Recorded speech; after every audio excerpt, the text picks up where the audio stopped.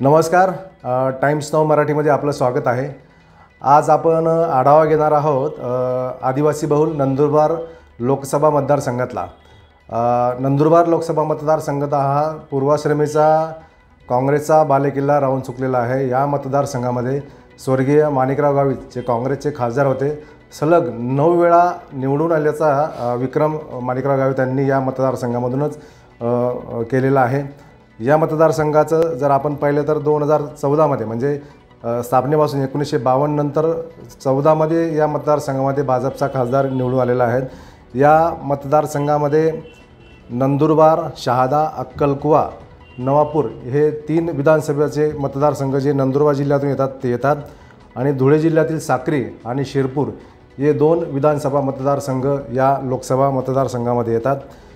आता सध्याचं राजकीय परिस्थिती पाहिलं तर अक्कलकुवा आणि नवापूर या ज्या विधानसभा मतदारसंघ आहेत 2 त्याच्यामध्ये काँग्रेसचे आमदार या ठिकाणी सध्या आहेत आणि साक्री जे विधानसभा मतदारसंघ आहे त्या ठिकाणी शिंदे गटाच्या मंजुळा गावित या आमदार आहेत. या मतदारसंघामध्ये काँग्रेसला शह देण्याचा सुरुवातीपासूनच भाजपचा प्रयत्न होता, परंतु जो प्रयत्न आहे तो 2014मध्ये यशस्वी होताना आपल्याला दिसत आहे. 2014मध्ये पहिल्यांदा भाजपचा खासदार निवडून आल्यानंतर 2019मध्ये देखील दुसऱ्यांदा हिना गावित जे आहेत, डॉक्टर हिना गावित या भाजपच्या खासदार या मतदारसंघामध्ये निवडून आलेल्या आहेत. हिना गावित निश्चितच यावेळेस जर बघितलं तर गणित असं की हिना गावितच महायुतीकडून उमेदवार राहतील अशी एक शक्यता आहे, परंतु हिना गावित पर्यायाने गावित कुटुंबाला जो महायुतीचे घटक पक्ष मित्रपक्ष आहेत यांचा विरोध या ठिकाणी होताना दिसतो आहे. जे माजी आमदार आहेत चंद्रकांत रघुवंशी यांनी पहिल्यांदा शेड्यू ठोकला. त्यांनी उमेदवार बदलाची मागणी या मतदारसंघामधून केलेली आहे. त्यामुळे इतरही जे आहेत भाजपचे समर्थक गट या ठिकाणी थोडंसं भाजपपासून दुरावलेले या मतदारसंघातून आपल्याला दिसत आहेत. जर उमेदवारी कोणाला मिळेल याची जर आपण यादी पाहिली तर सुरुवातीला साहजिकच हिना गावित यांची दावेदारी आहे आणि ऐनवेळेस हिना गावितांचा पत्ता कापला गेला तर त्यांचे काका राजेंद्र गावित हे महायुतीकडून या मतदारसंघामध्ये इच्छुक आहेत. सगळ्यात महत्त्वाचं म्हणजे या मतदारसंघामधून एक नाव चर्चेला येत आहे ते म्हणजे चैत्राम पवार. चैत्राम पवार हे आदिवासी कल्याण आश्रमाचं काम त्या भागामध्ये करतात, आदिवासींच्या उत्थानासाठी ते काम करतात.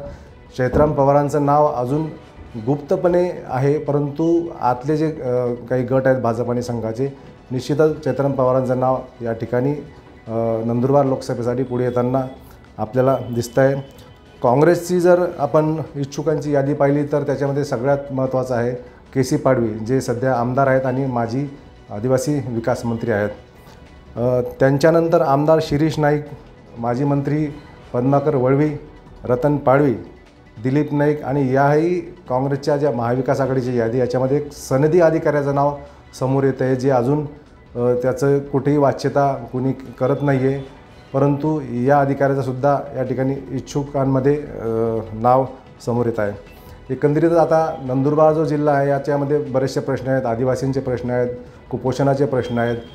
या मतदारसंघामध्ये काही दिवसांनीच राहुल गांधी यांची भारत जोडो यात्रा या नंदुरबार जिल्ह्यामधून जाणार आहे. एकंदरीतच 2024मध्ये नंदुरबार लोकसभा मतदारसंघ हा भाजपचा पारडं त्या ठिकाणी आपल्याला जड दिसून येतं आहे, परंतु जर इतिहास या मतदारसंघातला पाहिला तर काँग्रेस बहुल हा काँग्रेसचा बालेकिल्ला असलेला हा मतदारसंघ आहे. त्यामुळे इथली जी लढत आहे ती 2024ची ती खूप टफ होईल अशी एक दाट शक्यता यावेळेस वर्तवण्यात येत आहे.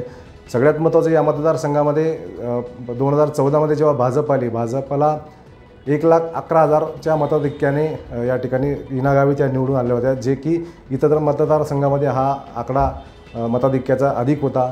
आणि पुढचे जे 2019ची जे निवडणूक झाली त्याच्यामध्ये हिना गावित अवघ्या म्हणजे 1,00,000च्या आत या मताधिक्याने त्या ठिकाणी निवडून आलेले आहेत, जो इतर मतदारसंघामध्ये जसं महाराष्ट्रातल्या 48 मतदारसंघात त्या ठिकाणी विजयीचे भाजपचे उमेदवार होते त्यांचं जे मताधिक्य होतं ते काही लाखांमध्ये होतं. म्हणूनच हा काँग्रेसचा बालेकिल्ला असलेला आणि त्याच्यात भाजपने शिरकाव केलेला. त्यामुळे 2024चं जी निवडणूक आहे लोकसभेची ती फार टफ किंवा चुरशीची ठरणार आहे. एकंदरीत राहुल गांधी यांची भारत जोडो यात्रा आणि काँग्रेसचा हा बालेकिल्ला आणि भाजपने केलेला शिरकाव गेल्या 2 लोकसभा मतदारसंघापासून. त्यामुळे येणारी 2024ची जी निवडणूक आहे ती नक्कीच मोठी चुरशीची राहणार आहे. आणि या सगळ्या याच्यानंतरच कोण या मतदारसंघामध्ये पुन्हा निवडून येतं 24मध्ये हे पाहणं फार महत्त्वाचं ठरणार आहे. विकास बदाने, टाइम्स नाव मराठी, नंदुरबार.